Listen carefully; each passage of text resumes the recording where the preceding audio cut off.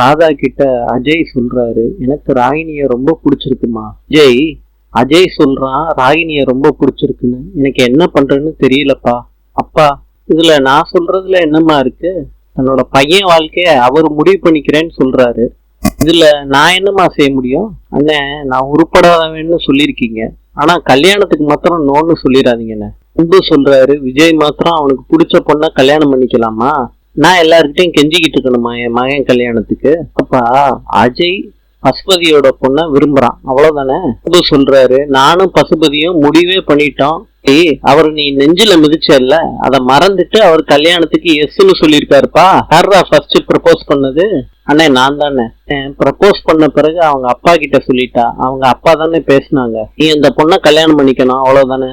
சரி, கல்யாணம் பண்ணிக்கோ. உன்னோட ஃபுல் சப்போர்ட்டும் உனக்கு தான். காதலுக்கு மரியாதை கொடுக்கணும். நம்ம காதலுக்கு நம்ம மரியாதை கொடுக்கலையா? அதே மாதிரிதான் அஜய் காதலுக்கும் நம்ம மரியாதை கொடுக்கணும். ஆபீஸுக்கு டைம் ஆச்சுன்னு விஜய் காவேரியை கூட்டிட்டு கிளம்புறாரு. ரெஸ்டாரண்ட்டுக்கு வந்துட்டாங்க. நவீனும் யமுனாவும் ஆர்டர் பண்ணி சாப்பிடுறாங்க. கொஞ்ச நேரம் பேசிக்கிட்டு இருக்காங்க. நவீன் கிட்ட யமுனா கேக்குறாங்க, எப்ப கல்யாணம் பண்ணிக்கலான்னு. உன் வயசு என்ன இப்ப? அதெல்லாம் விட்டுட்டு நல்லா படிமா. அப்பா நினைச்ச மாதிரியே நீ பெரிய கலெக்டர் ஆகணும். இதுல இருந்தே படிக்க ஆரம்பிச்சிரு. உனக்கு என்ன ஹெல்ப் வேணுமோ அதெல்லாம் பண்றேன், ஓகேவா? நான் படிச்சு முடிச்சுட்டு வரும்போது நீங்க என்ன விட்டுட்டு போயிருவீங்களா? நான் விட்டுட்டு உன்னை போக மாட்டேன், அங்கேயே தான் இருப்பேன், கவலைப்படாத. காவேரி சொல்றாங்க விஜய் கிட்ட, இப்ப இருக்க சந்தோஷம் ஃபுல்லா போயிரும். ராகினியே நீங்க வீட்டுக்குள்ள விட்டீங்கன்னா பசுபதி ஒரு விஷ பாம்புங்க. உங்களுக்கு புரியுதா இல்லையா? பழைய கதையெல்லாம் விஜய் கிட்ட சொல்றாங்க.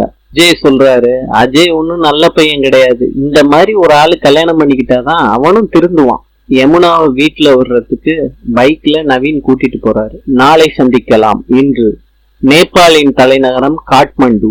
நாளை பார்க்கலாம்.